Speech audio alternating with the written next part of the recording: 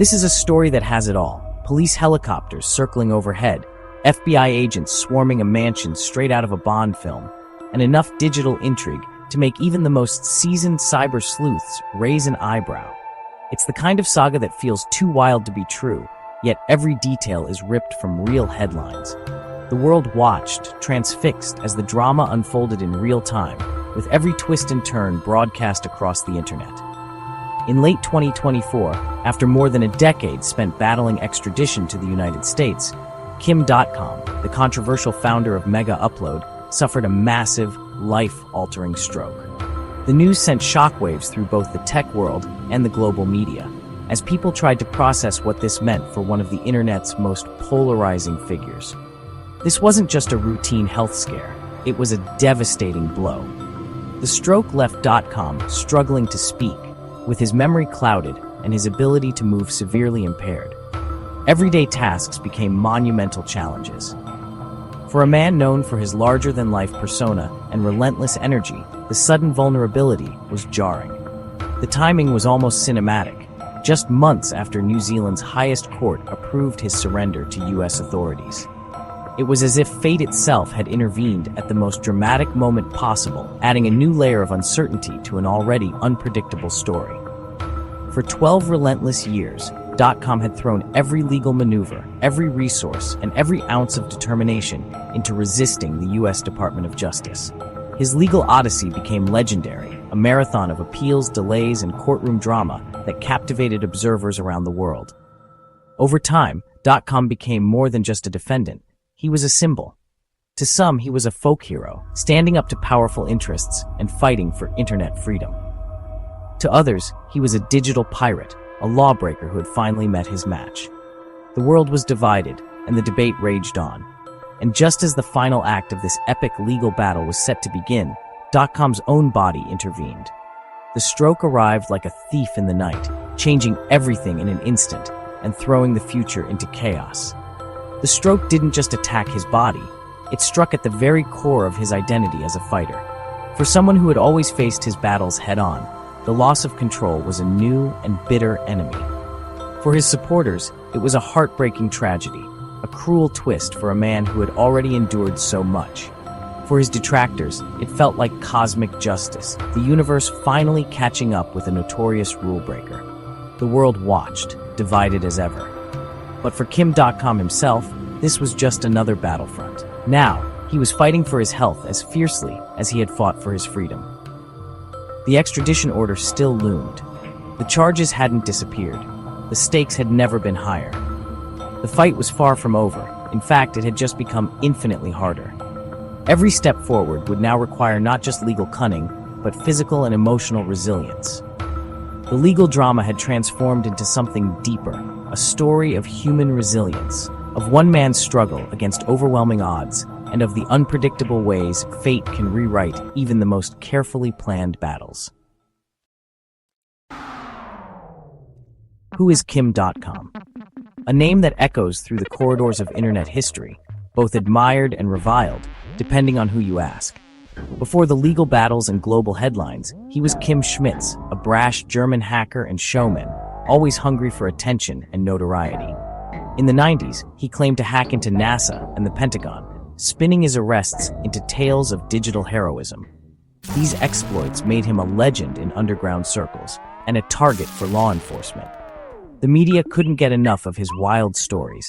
He was a headline maker, a provocateur who blurred the line between criminal and celebrity.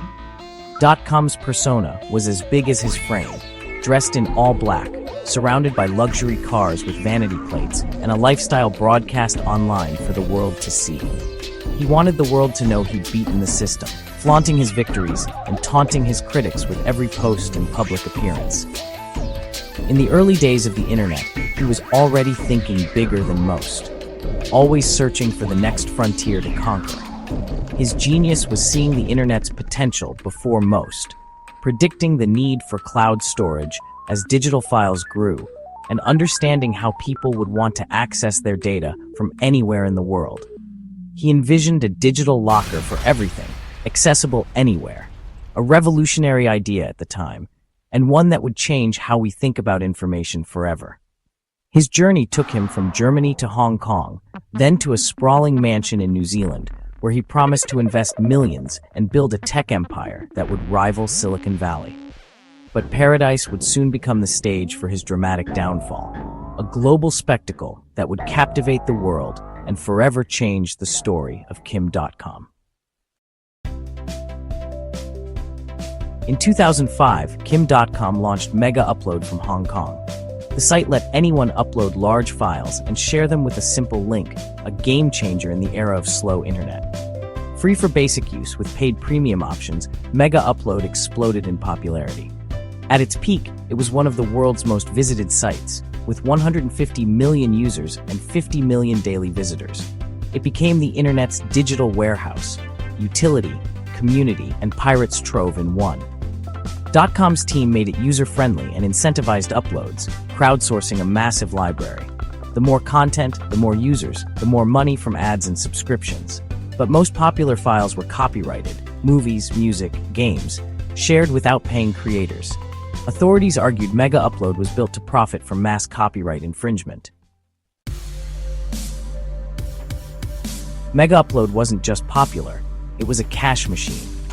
Premium subscriptions offered fast, limited downloads, irresistible for those after pirated content. Advertising brought in millions more. U.S. prosecutors alleged Megaupload generated over $175 million in criminal proceeds. The money funded Dotcom's lavish lifestyle, cars, jets, mansions, all built on widespread copyright infringement. Dotcom presented Megaupload as a legitimate cloud service, even recruiting celebrities for a promo video. But prosecutors claimed he and his team knew the site was a piracy haven, and internal emails joked about being modern-day pirates and discussed ignoring takedown requests.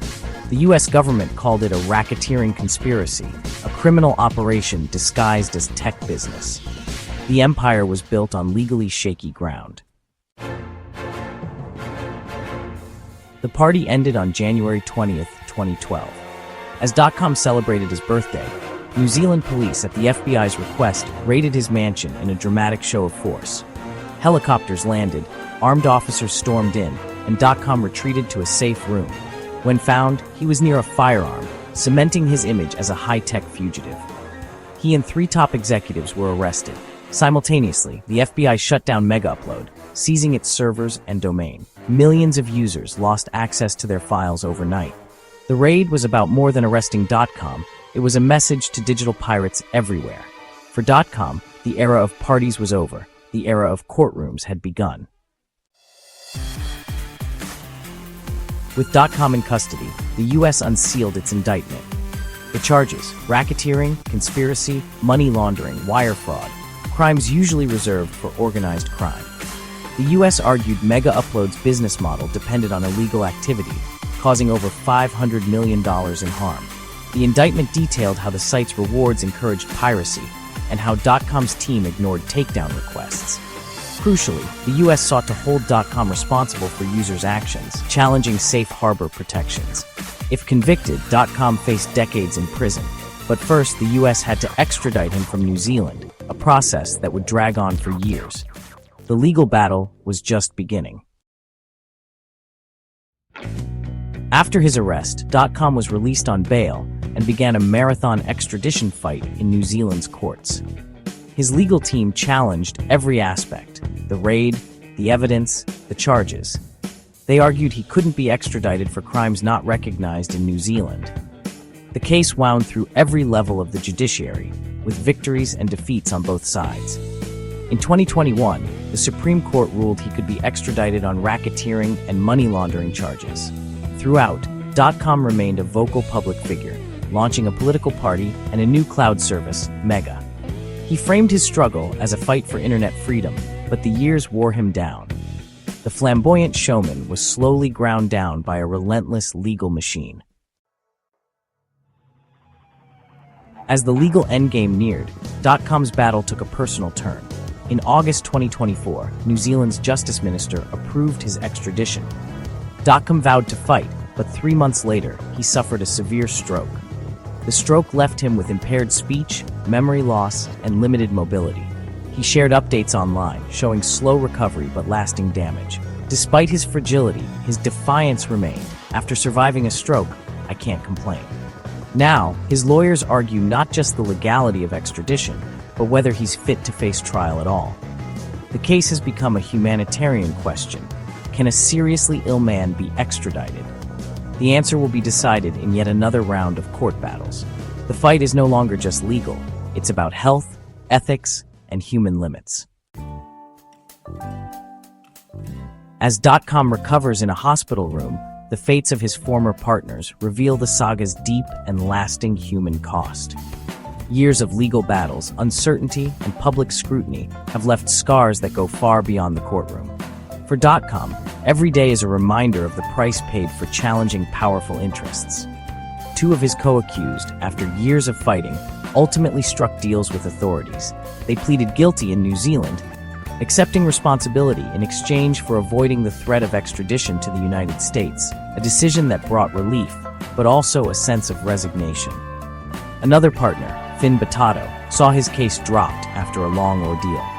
But before he could truly enjoy his freedom, he lost his battle with cancer, leaving behind a legacy marked by both hope and tragedy. These outcomes highlight the immense toll of a decade-long legal war, one that has drained finances, tested friendships, and pushed everyone involved to their limits.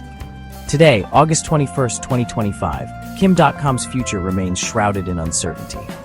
He is caught between failing health and the relentless pursuit of justice by authorities, his life now a waiting game between hope and fear. His legal team is preparing what may be his final appeal, arguing passionately that his deteriorating health makes extradition both inhumane and unjust. The stakes could not be higher. The story that began with a dramatic mansion raid and global headlines has become a quiet, personal struggle for survival, one that plays out far from the public eye. The saga of Dotcom stands as a defining tale of the internet age, where privacy, copyright, and national sovereignty collide in unpredictable ways. It's a story that forces us to question the boundaries of law and technology. The final chapter is still unwritten. Will Dotcom win his appeal and remain in New Zealand, or will he be forced to face a U.S. courtroom and an uncertain fate? Stay tuned as we continue to explore the stories and figures shaping our digital world and the battles that will define its future.